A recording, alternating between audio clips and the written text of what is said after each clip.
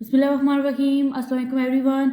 आज हम लोग फिज़िक्स क्लास 9 के चैप्टर नंबर 1 की एक्सरसाइज को स्टार्ट करेंगे। ठीक है, तो एक्सरसाइज में जो आपके पास सबसे फर्स्ट क्वेश्चन है वो है आपके पास एमसीक्यूज़। ठीक है, देखिए आपने क्या करना है, जो आपके पास जो करेक्ट आंसर है उसके गिर्द आप लोगों ने क्या करना है, दायरा लगा देना है या उसको चूज़ करना है। ठीक है, अब यहाँ पे देखिए तो सबसे पहला क्वेश्चन है आपके पास the number of base unit in SIR, यानी कि जो आप लोगों ने सिस्टम इंटरनेशनल यूनिट्स जो पढ़े हैं आप लोगों ने, उसमें आपके पास बेस यूनिट्स कितने हैं। ठीक है, तो आप लोगों ने बेस यूनिट के टॉपिक में पढ़ा था कि आपके पास टोटल कितने बेस यूनिट्स हैं, 7 है। तो इसका जो करेक्ट ऑप्शन है वो है 7 यानी सी। नेक्स्ट है आपके पास 2 which one of the following unit is not a drive unit. ठीक है, यानी अब देखिए ड्राइव यूनिट कौन से होते हैं, जो बेस जो यूनिट्स होते हैं उनसे ड्राइव होते हैं। ठीक है, तो अब यहाँ पे देखिए तो आपने बताना है इन चारों ऑप्शन में से ऐसा कौन सा यूनिट है जो कि ड्राइव यूनिट नहीं है। ठीक है, अब यहाँ पे देखें तो आपके पास जो पास्कल है, न्यूटन एंड वॉट है, ये तीनों जो है ये आपके पास ड्राइव यूनिट है। ड्राइव यूनिट कौन से होते हैं, जो कि बेस यूनिट से ड्राइव होते हैं। ठीक है, जबकि किलोग्राम जो है ये आपके पास बेस यूनिट है। ठीक है, यानी केजी जो है ये आपके पास क्या है, बेस यूनिट। तो करेक्ट ऑप्शन है आपके पास बी।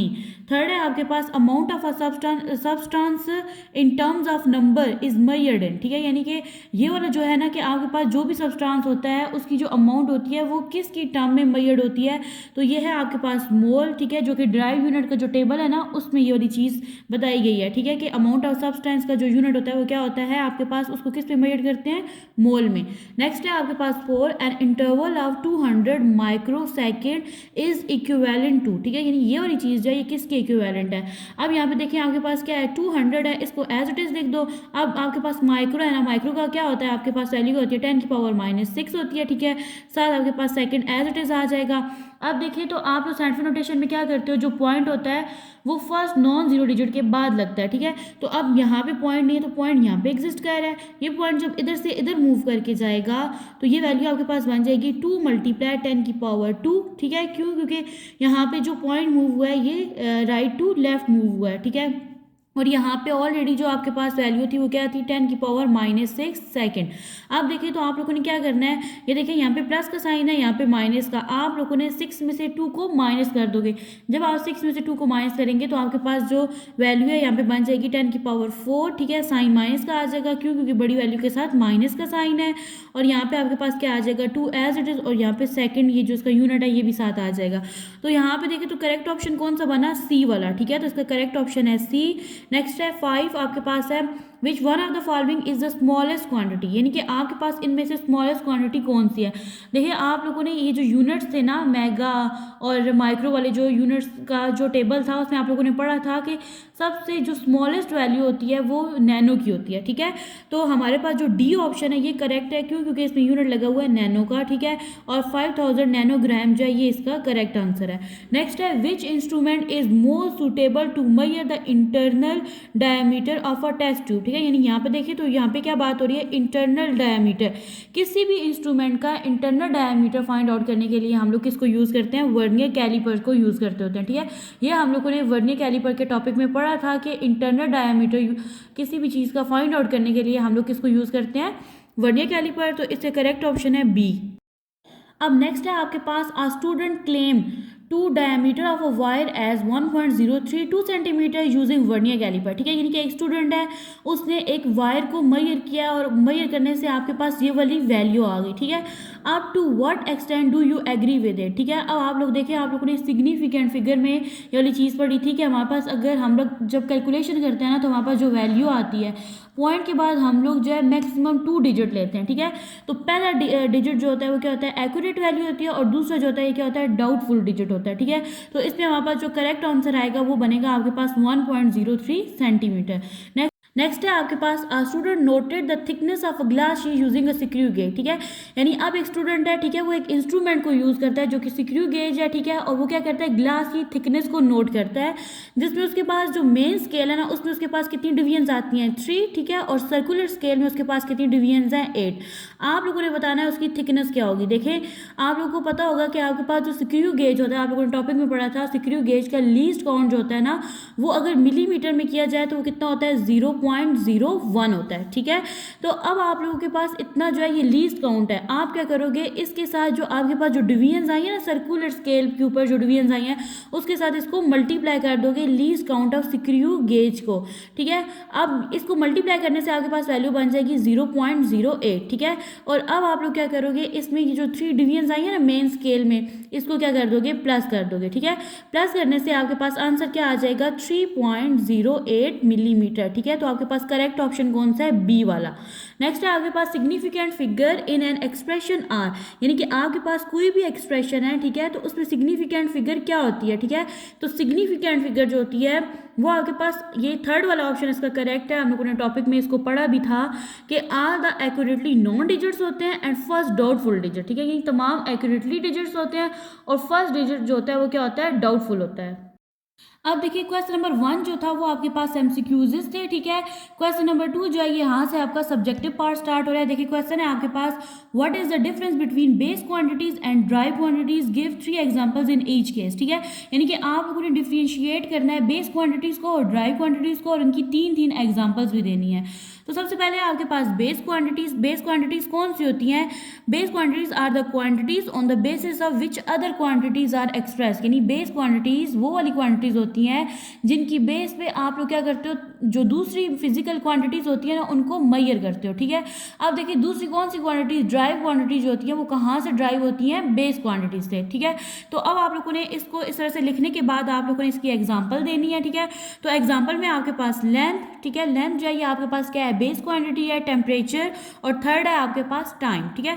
नेक्स्ट है आपके पास ड्राइव क्वांटिटी। अब ड्राइव क्वांटिटीज कौन सी होती हैं, जो कि एक्सप्रेस्ड होती हैं in term of base quantity, ठीक है। यानी ये दोनों डेफिनेशन आपकी बुक में भी लिखी हुई है कि ऐसी तमाम क्वांटिटी जो कि बेस क्वांटिटी की बुनियाद पे उनको आप लोग क्या करते हो, एक्सप्रेस करते हो, तो उनको हम लोग क्या कहते हैं, ड्राइव क्वांटिटीज। अब देखिए तो एग्जाम्पल में आप लोग लिखोगे स्पीड। देखिए अब स्पीड जो है ये किसके इक्वल होता है, v is equal to D by T. तो अब देखिए d जो डिस्प्लेसमेंट यानी आपके पास क्या है, लेंथ है, t आपके पास टाइम है, यानी क्या है, ये दोनों चीज़ें क्या थी आपके पास, बेस क्वांटिटीज थी, ठीक है। तो ड्राइव क्वांटिटी जो है किधर से ड्राइव हुई है, बेस क्वांटिटी से, ठीक है। नेक्स्ट देखिए तो वॉल्यूम आपके पास क्या होता है, 3 टाइम आपके पास जो है एल का क्यूब, यानी आपके पास 3 टाइम क्या होती है, लेंथ होती है। तो लेंथ भी आपके पास क्या होती है, बेस क्वांटिटी होती है। नेक्स्ट है आपके पास फोर्स में भी आपके पास क्या आ रहा होता है, न्यूटन मीटर पर सेकंड। अब न्यूटन और मीटर ये दोनों आपके पास क्या होती हैं, बेस क्वांटिटीज होती हैं। नेक्स्ट है आपके पास question number 3, pick out the base units in the following. अब आप लोगों ने यहाँ से बताना है कि इसमें से बेस यूनिट जो है वो कौन कौन से हैं। अब देखिए सबसे पहले क्या है, जाउल।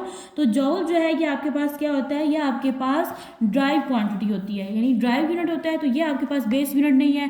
न्यूटन जो है ये भी आपके पास क्या होता है, ड्राइव यूनिट्स होता है। जबकि किलोग्राम जो है ये आपके पास क्या है, ये है आपके पास बेस यूनिट, ठीक है। नेक्स्ट है आपके पास हर्ट्ज जो है ये आपके पास क्या होता है, ड्राइव यूनिट होता है। नेक्स्ट मोल आपके पास बेस यूनिट होता है। एम्पियर भी, ठीक है। मीटर भी आपके पास क्या होता है, ये भी आपके पास बेस यूनिट होता है, ठीक है।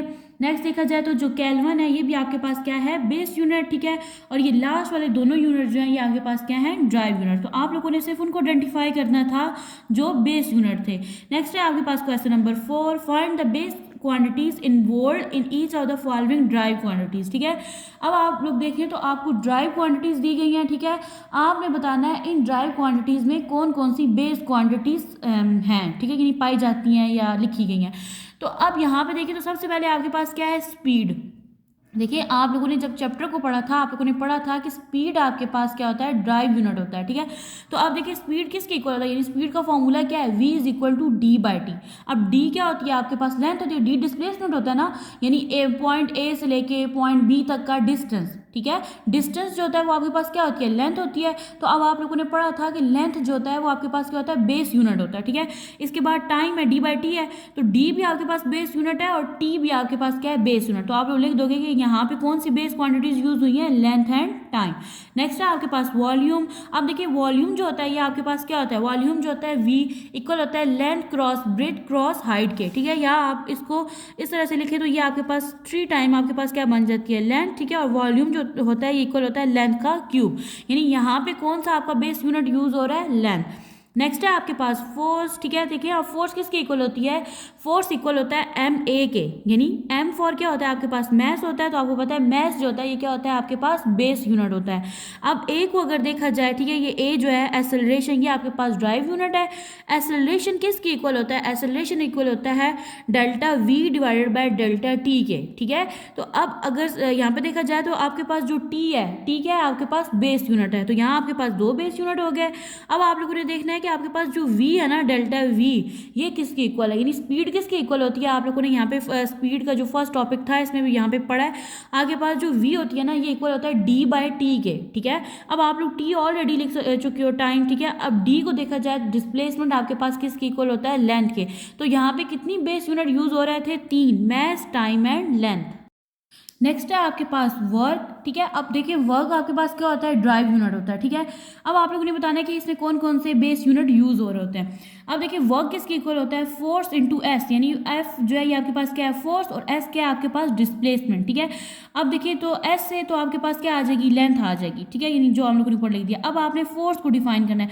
अब देखिए आप लोगों ने लास्ट जो टॉपिक है उसमें भी पढ़ा है कि फोर्स किसके इक्वल होती है, एम ए की, यानी मैस एंड एक्सेलरेशन के। यहाँ से अगर देखा जाए तो मैस तो आपका हो गया, मैस क्या होता है आपके पास बेस यूनिट होता है, जबकि एक्सेलरेशन जो होती है ये किसकी इक्वल होती है, सेम पिछला टॉपिक है, एक्सेलरेशन इक्वल होता है delta we divided by delta T के। अब अगेन अगर देखा जाए तो डेल्टा वी किसके इक्वल होता है, डेल्टा वी इक्वल होता है डी बाय टी के, ठीक है। अब आप लोग यहाँ पे होल जो हम लोगों ने ड्राइव किया, यहाँ से अगर देखा जाए तो कितने बेस यूनिट यूज हो रहे हैं, 3। पहला क्या है मैस है, ठीक है। अब देखा जाए तो आपके पास एस है, एस क्या होता है आपके पास डिस्प्लेसमेंट होता है यानी लेंथ, ठीक है, ये 2 हो गए। और थर्ड जो यूनिट हमारे पास यूज हो रहा है वो क्या है, टाइम। नेक्स्ट है आपके पास question number 5, estimate your age in second. आप लोगों ने अपनी एज को सेकंड में करके लिखना है, ठीक है। तो चले हम लोग सपोज ये कर लेते हैं कि हमारी एज कितनी है, 16 ईयर्स है, ठीक है।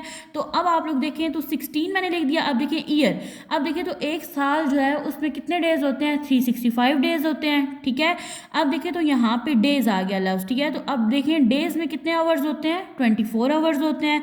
तो हम लोग लिख देंगे 16 मल्टीप्लाई 365 मल्टीप्लाई 24 आवर्स, ठीक है। अब फर्दर देखें तो आपके पास क्या आ जाएगा, जहाँ पे ये देखिए 24 आवर्स है ना, तो 24 आवर्स है तो एक आवर में कितने मिनट्स होते हैं, 60 मिनट्स होते हैं। तो यहाँ पे हम लोग क्या करेंगे, इंक्रीज करके लिख देंगे 60 मिनट, ठीक है। अब अगर देखा जाए तो एक मिनट में कितने सेकंड्स होते हैं, तो यहाँ पे हम लोग लिख देंगे 60 सेकंड, ठीक है। आई होप यहाँ तक आपको समझ आ गया होगा, और ये इंपॉर्टेंट क्वेश्चन है, ये पेपर में आता होता है। अब यहाँ पे देखें तो आप लोग क्या करोगे, 16 को मल्टीप्लाई कर दोगे 365 मल्टीप्लाई 24 इंटू 60 इंटू अगेन 60, तो आपके पास आंसर आ जाएगा 504,57,6,000, ठीक है। ये वाली जो वैल्यू है ये आपके पास क्या आ जाएगा, आंसर आ जाएगा। नेक्स्ट है आपके पास what role as a unit have played in the development of science, ठीक है। अब इसका आंसर है आपकी बुक के पेज नंबर 5 पे। अब देखिए क्वेश्चन नंबर 6 है आपके पास कि एसआई यूनिट जो है इसने साइंस की जो डेवलपमेंट है, ठीक है, यानी कि जो साइंस की फील्ड है उसमें क्या अपना रोल अदा किया, ठीक है। अब देखिए तो आप लोग किसी भी चीज़ को जब मैयर करते हैं, ठीक है, उसके लिए आपको कुछ इंस्ट्रूमेंट्स चाहिए होते हैं, ठीक है, या मैयर करने के लिए, मापने के लिए, ठीक है। तो क्या हुआ, जब एसआई यूनिट्स इन्वेंट हो गए, इससे हम लोग जब भी किसी चीज़ को मैयर करते हैं वो हमारे लिए क्या हो गया, ईजी हो गया, ठीक है। अब देखिए 1960 में पेरिस में एक जनरल कॉन्फ्रेंस हुई, ठीक है, जिसमें हम लोग ने क्या किया, एक सिंपल यूनिट्स अपने लिए इन्वेंट किए जिनको हम लोगों ने एसआई यूनिट का नेम दिया। एसआई यूनिट्स की वजह से हम लोग क्या करते हैं, जो भी कोई मेजरमेंट करनी होती है वो इजी हो जाती है, ठीक है। ऐसे यूनिट में हम लोग साइंटिफिक नोटेशन को यूज़ करते हैं, ठीक है, जिसमें हम लोग हर चीज़ को ना, यानी हर नंबर को 10 की पावर की फॉर्म में रिप्रेजेंट करते हैं, ठीक है। अब पावर में क्या होता है, कुछ नंबर जो होते हैं वो पॉजिटिव होते हैं, कुछ नेगेटिव होते हैं, यानी इससे हम लोग क्या करते हैं, बहुत लार्ज और बहुत स्मॉल वैल्यूज़ को हम लोगों ने इजीली उनको लिखना और कंपोज करना जो है ना इजीली हो गया ऐसे यूनिट की वजह से, ठीक है। और ये मोस्ट इंपॉर्टेंट क्वेश्चन है, ये पेपर में आता होता है। नेक्स्ट है question number 7, what is meant by vernier constant, ठीक है। अब देखिए ये वाला जो क्वेश्चन है पेपर में आता है तो ये चैप्टर के अंदर ये वाली चीज़ नहीं बताएगी, ठीक है। अब देखिए जो वर्नियर कांस्टेंट होता है ना, लीस्ट काउंट और वर्नियर कांस्टेंट एक ही चीज़ है, ठीक है, बच्चे इसमें कंफ्यूज हो जाते हैं। अब आप लोगों ने यहाँ पे वही डेफिनेशन लिखनी है जो बुक के अंदर लीस्ट काउंट की डेफिनेशन है। देखिए यहाँ पे क्या आएगा, the difference between one main scale division and one vernier scale division, यानी कि मेन स्केल डिवीजन और वर्नियर स्केल डिवीजन के दरमियान जो डिफरेंस है ना उसको हम लोग लोग कहते हैं वर्नियर कांस्टेंट या फिर least count of the vernier caliper, ठीक है। अब यहाँ पे देखिए तो आपके पास जो वर्नियर कैलिपर होता है, ठीक है, इसका जो लीस्ट काउंट होता है ना, ये आपके पास क्या होता है 0.1 मिलीमीटर होता है, ठीक है। अब आपने अगर इसको सेंटीमीटर में कन्वर्ट करना होगा, यानी मिलीमीटर में लिखा हुआ ना, तो आपको पता है मिलीमीटर से सेंटीमीटर में जाने के लिए आप लोग उसी नंबर को 10 से क्या कर देते हो, डिवाइड कर देते हो, ठीक है। तो हम लोग क्या करेंगे, 0.1 को डिवाइड कर देंगे 10 से, तो आपके पास जो वर्नियर कैलिपर है ना, इसका जो लीस्ट काउंट है वो सेंटीमीटर में हो जाएगा और वैल्यू बन जाएगी आपके पास 0.01 सेंटीमीटर।